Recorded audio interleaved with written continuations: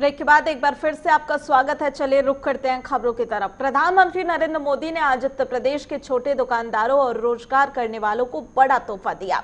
प्रधानमंत्री स्वनिधि योजना के तहत रेहड़ी पटरी वालों को 10,000 तक का कर्ज दिया जा रहा है। इसी योजना के लाभार्थी से पीएम मोदी ने मंगलवार को संवाद किया और इस दौरान प्रधानमंत्री बोले कि इस योजना के तहत सबसे अधिक आवेदन यूपी से ही आए हैं और यूपी में तेजी से कर्ज को मंजूरी दी जा रही है। पीएम मोदी ने इस दौरान डिजिटल लेन देन के लिए भी लाभ बताए और साथ ही ये भी आपको बता दें कि कोरोना संकट और लॉकडाउन की वजह से रेहड़ी पटरी वालों की आजीविका पर काफी असर पड़ा है। केंद्र सरकार ने ऐसे लोगों की मदद के लिए स्वनिधि योजना की शुरुआत की है और अब इस योजना के तहत बिना किसी गारंटी के रेहड़ी पटरी वालों को 10,000 रुपए तक का लोन मिल पाएगा।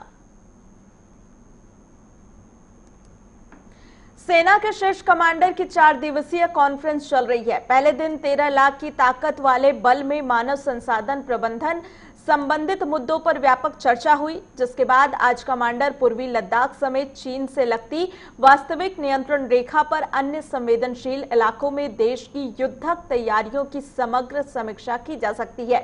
सूत्रों का कहना है कि कमांडरों ने युवा प्रतिभाओं को तराशने, पदोन्नति संबंधित मामलों और सभी रैंक के अधिकारियों और कर्मचारियों की आकांक्षाओं को पूरा करने के तरीकों पर विस्तृत बातचीत की है।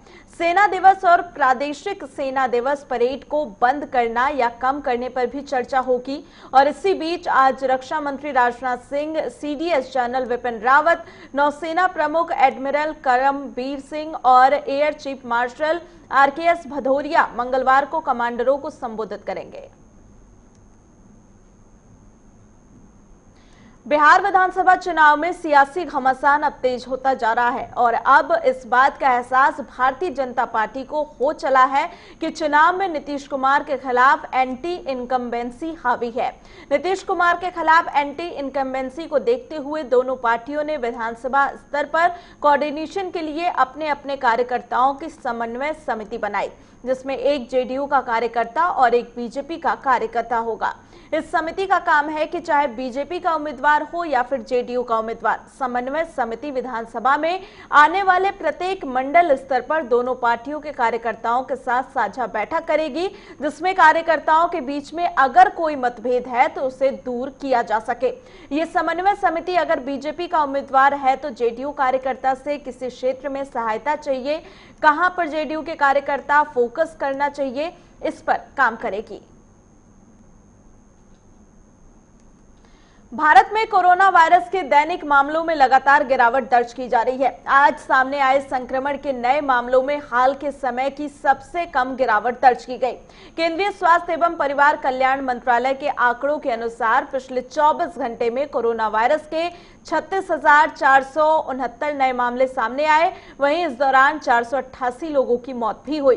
कोविड-19 के चलते अब तक देश में 79,46,429 लोग वायरस से संक्रमित हो चुके हैं, जबकि अब तक देश में टोटल 1,19,502 लोगों की मौत हो चुकी है। वहीं देश में कोरोना से ठीक होने वाले मरीजों की संख्या 72 लाख को पार कर गई और पिछले 24 घंटे में 63,842 मरीज वायरस को मात देकर अपने घर भी जा चुके हैं, जो देशवासियों के लिए एक अच्छी खबर है।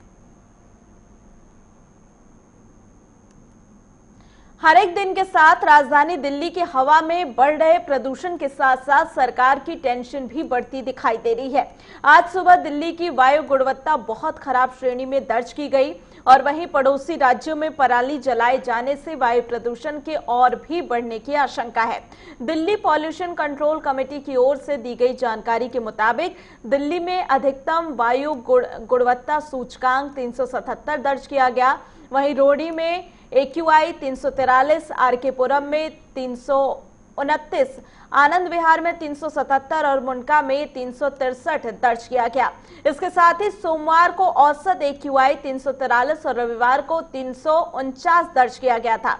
वहीं अगर पृथ्वी विज्ञान मंत्रालय की वायु गुणवत्ता निगरानी संस्था सफर ने कहा कि हवा की दिशा और हवा की गति हरियाणा, पंजाब और अन्य पड़ोसी क्षेत्रों में पराली जलाने से निकले प्रदूषण तत्वों के दिल्ली पहुंचने के लिए अनुकूल है।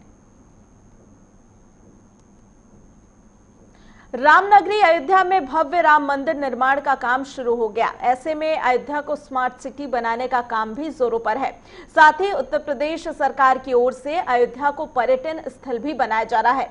इसी कड़ी में अयोध्या में जल्द ही सीएनजी और पीएनजी स्टेशन खोले जाएंगे और लखनऊ के होटल ताज में ग्रीन गैस लिमिटेड की ओर से एक प्रेस कॉन्फ्रेंस की गई, जिसमें ग्रीन गैस कंपनी के निदेशक और गेल इंडिया के वित्त निदेशक AK तिवारी ने बताया कि लखनऊ, अयोध्या, सुल्तानपुर और उन्नाव जिले में सीएनजी फ्यूल स्टेशन खोले जाएंगे और साथ ही साथ घरेलू पीएनजी कस्टमर को बढ़ाने के लिए भी हमारी कंपनी आगे काम करेगी। गेल इंडिया लिमिटेड सीएनजी खोलने के लिए जमीन की भी तलाश कर रही है और साथ ही ये भी बता दें कि ग्रीन गैस लिमिटेड कंपनी आगामी 5 साल में अयोध्या में 500 करोड़ रुपए का निवेश सीएनजी और पीएनजी को मिलाकर करेगी। चीन से भारत की भले ही बॉर्डर पर तनातनी है, लेकिन व्यापार को लेकर अब सब कुछ सामान्य हो गया। इस दिवाली भी भले ही कुछ संगठन देशी दीपावली मनाने की अपील कर रहे हैं, लेकिन दिल्ली का बाजार चीन के सामानों से पट गया है। खासकर दिवाली से घर को रोशन करने वाले मोमबत्ती, बिजली की लड़ियां, बिजली के रंग बिरंगे बल्ब और घरों को सजाने के लिए रंगोली समेत सभी सामान से दिल्ली का सदर बाजार पट चुका है। दशहरा खत्म होने के बाद दिल्ली के बाजार दिवाली त्योहार के लिए सज गए हैं और चीन के सामानों के साथ ही स्वदेश निर्मित सामान बेचने की तैयारी भी व्यापारी कर रहे हैं। लेकिन पिछले साल की तरह इस साल भी चीन के ही सामानों की धूम है।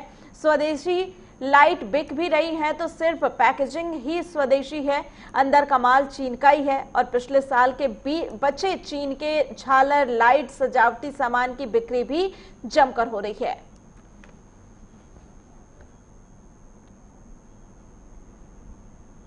तो इसी के साथ फिलहाल के लिए इस बुलेटिन में इतना ही। देश और दुनिया की तमाम खबरों के लिए आप बने रहिए हमारे साथ।